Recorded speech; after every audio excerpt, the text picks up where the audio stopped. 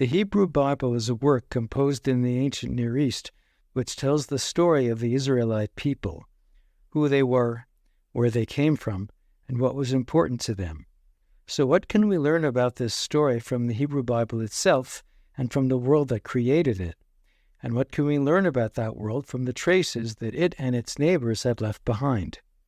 The first thing we should bear in mind is that the Bible's account of the Israelites' history and beliefs is based upon particular points of view, which in many cases were formed hundreds of years after the events they are describing. This means that terms like biblical society and biblical history are problematic, because they reflect the Bible's own take on the society and history it's describing. So as with two other works from around the same time, the Iliad and the Odyssey of Homer, our challenge is to distinguish between those details that reflect the original setting of the story and those that are a product of the time when it was actually composed. So how do the people who wrote the Hebrew Bible describe themselves? The story of Abraham, whom they considered the father of the children of Israel, begins in Mesopotamia. We are told that he grew up in the Sumerian city of Ur, one of the oldest in the region. Abraham and his family are described as nomadic herdsmen who lived in tents, and who became the ancestors of several of the peoples that would later inhabit the region. But according to the Torah, there were already people living in Canaan, such as the Hittites, from whom Abraham buys his family tomb. After several generations, Abraham's descendants become slaves in Egypt, but they return to the land under the leadership of Moses after spending 40 years in the desert, during which they develop a relationship with their God, who has several names, but whom scholars of the Bible often call Yahweh, and are given a series of laws meant to govern their lives once they reach the land.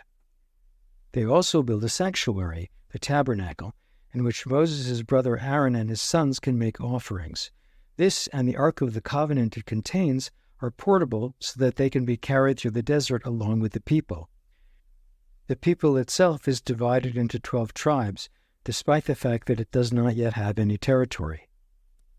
This is how the stories of the Torah describe the Israelites. But the many laws it contains assume a very different reality, one in which people were settled farmers rather than nomadic shepherds, lived in tribes that had their own territorial boundaries, were ruled by kings, and worshipped in central sanctuaries, Jerusalem in the case of Judah, and Samaria in the case of Israel. These sanctuaries were administered by a professional priestly class, and even though the writers of the Torah do not seem to have had any problem with the notion that their ancestors would worship God wherever they happened to be, they themselves were strongly opposed to this practice, and believed, since they were from Judah rather than Israel, that the only proper place for worship was the temple in Jerusalem.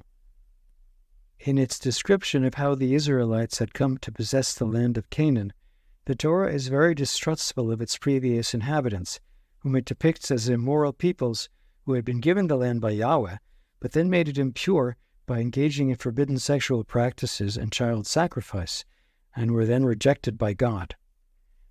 The Torah commands the Israelites to destroy all of the Canaanite cities, and according to the book of Joshua, this is exactly what happened when they conquered the land on their return from slavery in Egypt.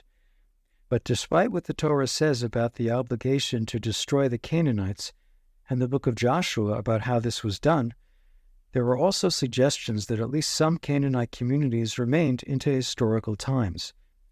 We are told, for example, in Deuteronomy chapter 7, "Your God will dislodge those peoples before you little by little.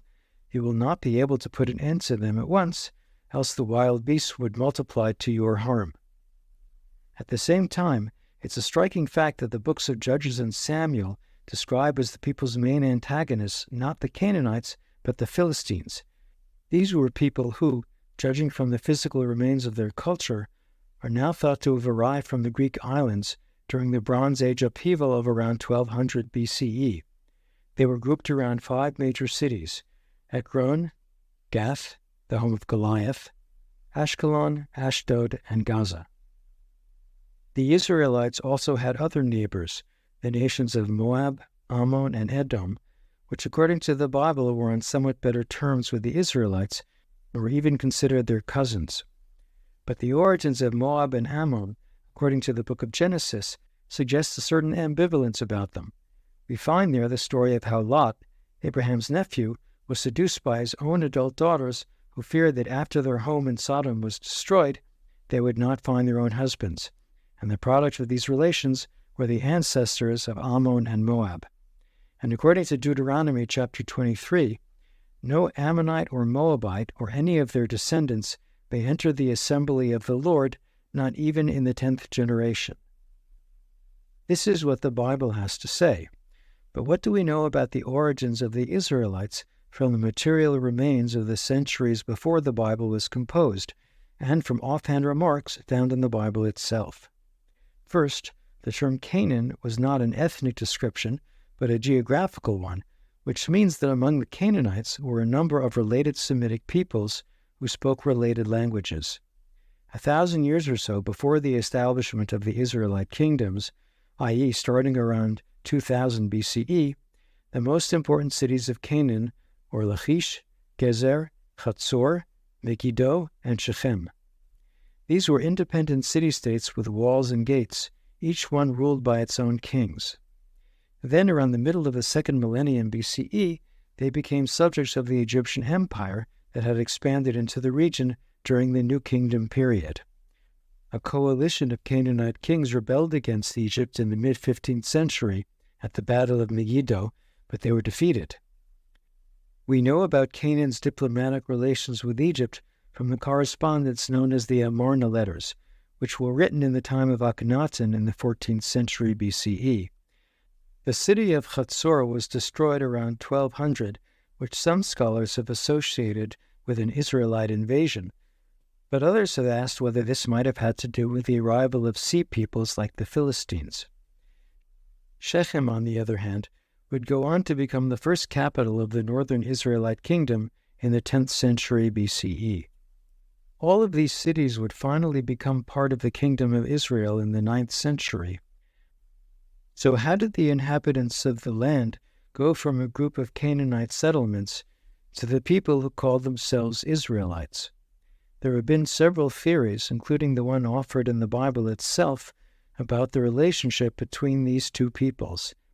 According to the Torah and the book of Joshua, the Israelites were the descendants of Abraham, who had come to the land as nomadic shepherds. Then, after spending centuries as slaves in Egypt, they returned to the land under Moses and Joshua to destroy the Canaanite cities. On the other hand, the lack of physical evidence for such widespread destruction carried out over the course of a few years has led some modern archaeologists to conclude that the Israelites were actually nomads from the desert to the south, people whom the Egyptians called Shasu, who gradually and peacefully moved into the Judean hills to settle down in their own small communities. Yet another theory, which is currently the most widely accepted one, is that they were Canaanites themselves, who, possibly because they were poor and were being mistreated by the ruling class of the cities in which they were living, had decided to pull up stakes and move to the countryside. This notion is based on the fact that the pottery found in these small communities was made in the Canaanite style, only in a simpler form than what we find in large cities like Lachish and Gezer, and that the people who lived there seem to have had in general a simpler lifestyle than the city dwellers did. As in the cities, though, they had sacred places where they worshipped. The one striking difference is that they don't seem to have included pigs in their diet, as the city folk certainly did. This is one of the strongest indications that as these communities grew, they began to develop their own distinct cultural identity. Given the complicated relationship of Canaanites and Israelites, can we clearly distinguish the beliefs of one group from the other? Though Deuteronomy and the books that follow it tend to draw a solid line between the polytheism of the Canaanites, Baal, Asherah, and the others, and the monotheism of Abraham and his descendants, it might make more sense to describe the Israelites' beliefs as henotheism, given that we know from both the Bible and the archaeological evidence that they either worshipped other gods in addition to Yahweh, or at least recognized the existence of those gods while stressing the primacy of Yahweh over the others, who is like you among the gods. And by the time the Hebrew Bible was composed, these others were being attacked as inferior beings. Psalm 82 has Yahweh criticizing the members of the Adat El, or divine council, for not helping the weak. He then tells them, I say, you are gods, children of the Most High, all of you. Nevertheless, you shall die like mortals and fall like any prince. Deuteronomy and Kings are, as we said, the most hostile to these gods, and they constantly attack the worship of Baal, El, Chemosh, and Asherah. There is, for example, the story of Elijah and the prophets of Baal, where Baal is portrayed as either indifferent to his followers or actually non-existent. In fact, the Judean kings Hezekiah and Josiah are praised in the Book of Kings above its other rulers because they suppressed the Bamot, the altar set up outside Jerusalem, even though they served Yahweh.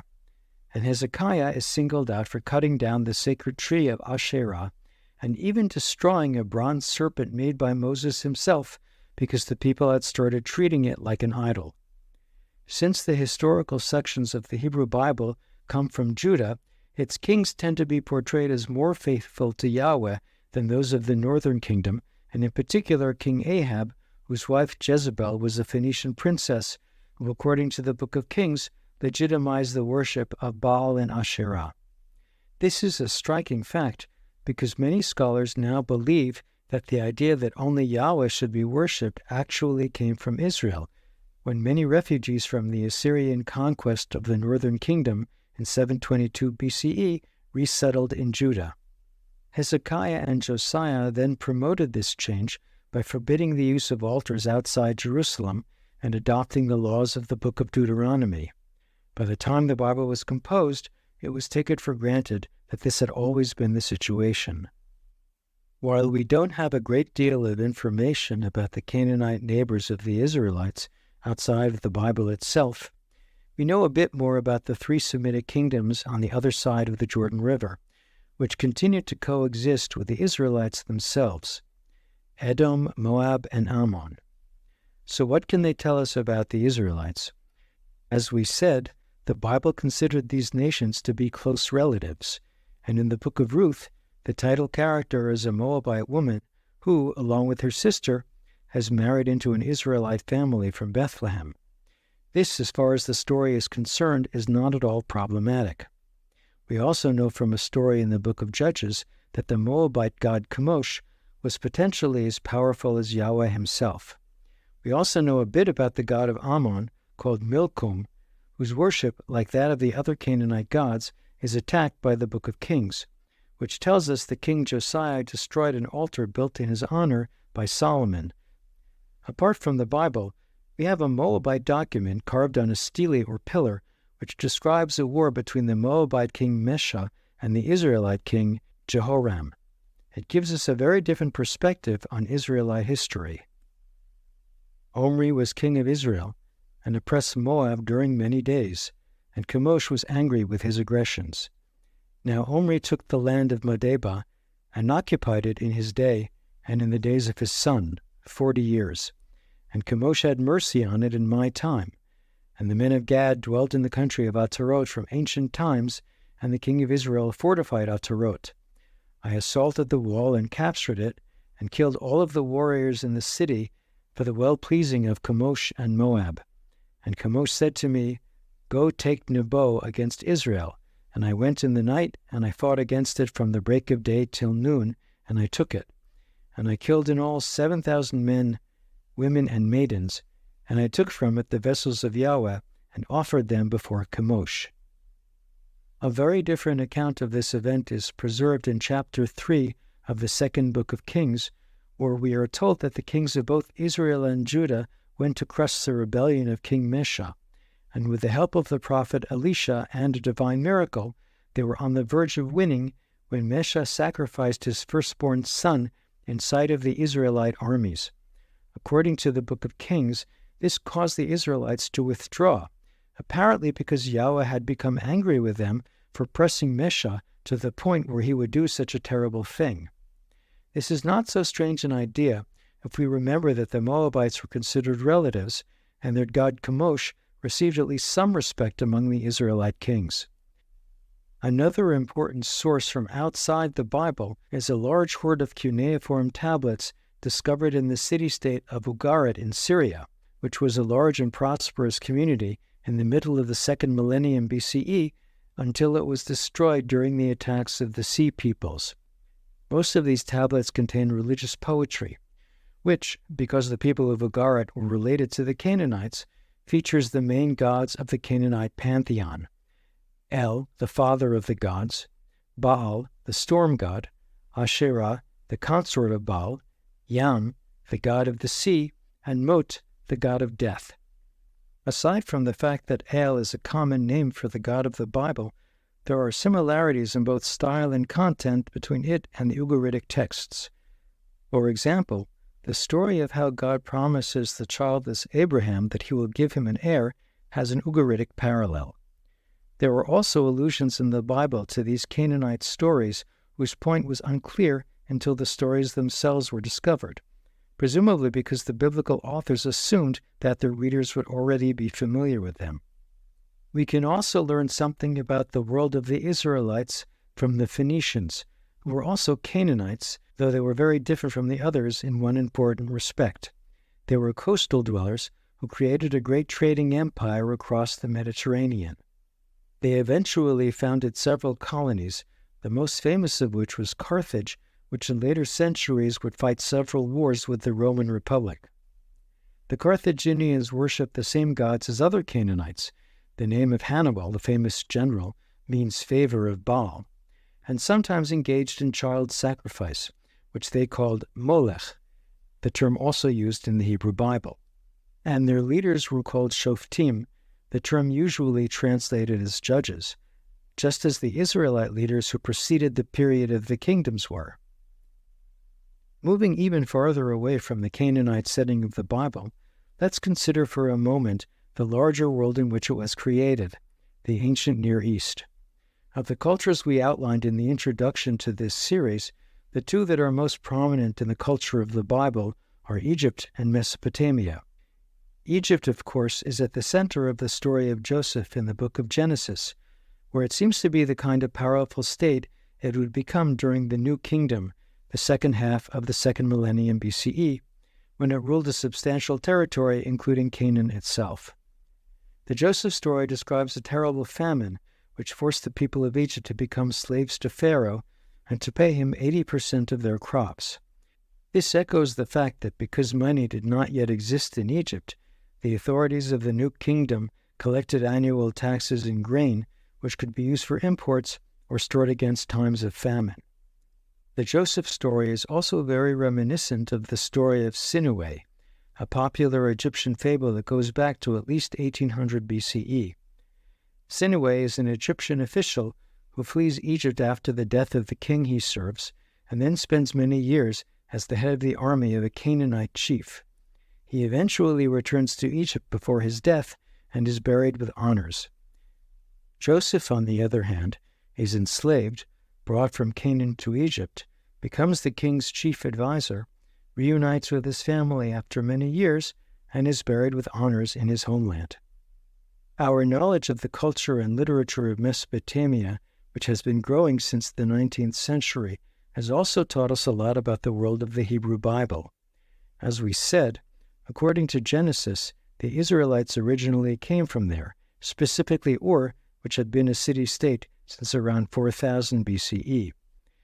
It's striking that even though Abraham is described as a nomadic shepherd, he was supposed to have come from that part of the world which held its oldest cities, places where people lived on fixed territories and raised their own crops. This suggests that the influence of Mesopotamia on the stories of Genesis made it natural that an important figure like Abraham would have come from there. The idea that these stories may have roots in Mesopotamia doesn't necessarily mean that the Bible is simply copying them over. It often seems to be responding to them as motifs which its readers would have taken for granted, the way many modern readers have internalized the ideas of thinkers like Darwin and Freud. In one Babylonian creation story, there is a battle among the gods, at the end of which Marduk defeats the goddess Tiamat and establishes himself as supreme ruler. Human beings are created as an afterthought with the idea that they would then serve the gods.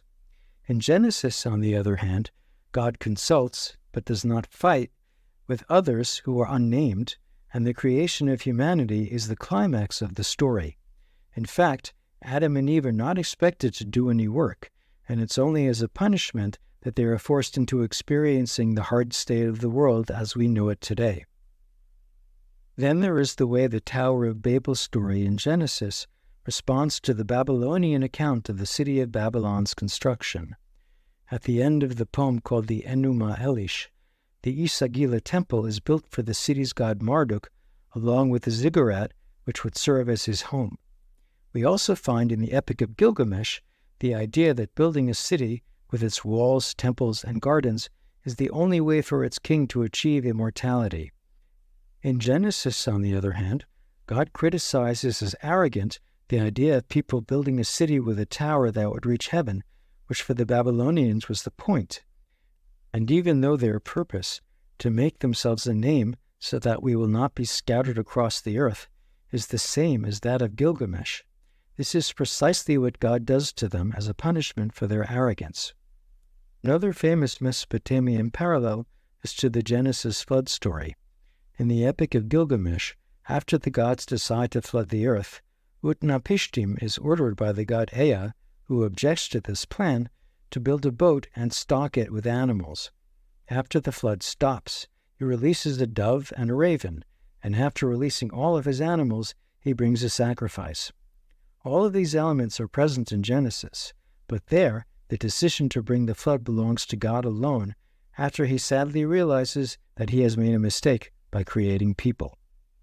The ancient Near Eastern context of the Torah is also important when it comes to the set of laws found in its other 4 books, since we know of a number of law codes from both Mesopotamia and the Hittite Empire which address the same kinds of subjects, such as the treatment of slaves, agricultural rules, and property damage, and do this in the same format, i.e., if A happens, then the punishment is B.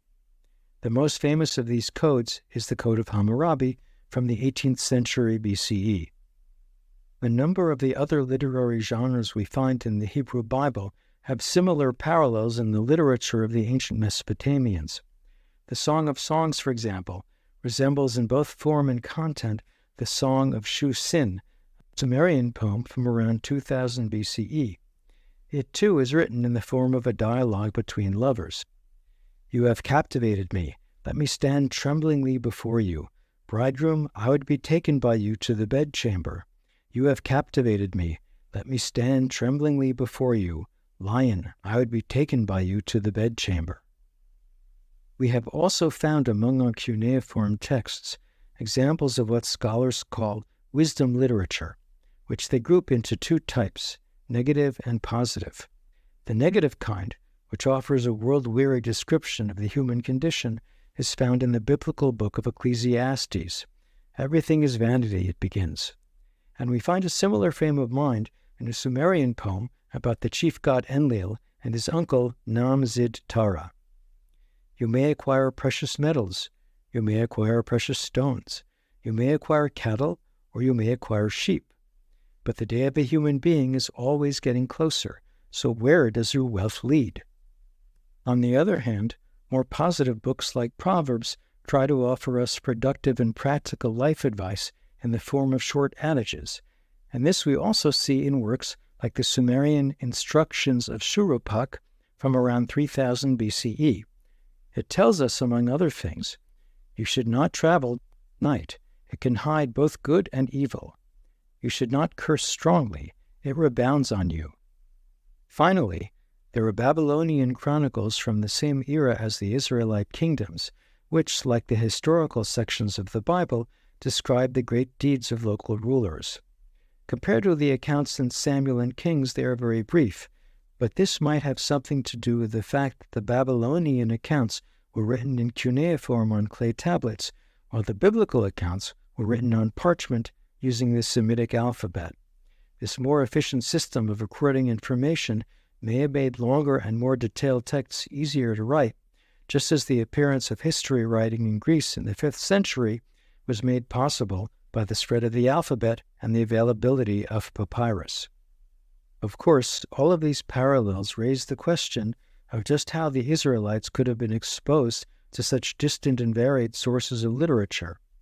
Even before the first Jews spent years living in Babylonia itself, there was throughout the region a network of scribes that reached across national and cultural boundaries. These scribes were employed by kings as secretaries. We know, for example, that they were used in the administration of the Egyptian Empire, as with the Amarna letters of King Akhenaten.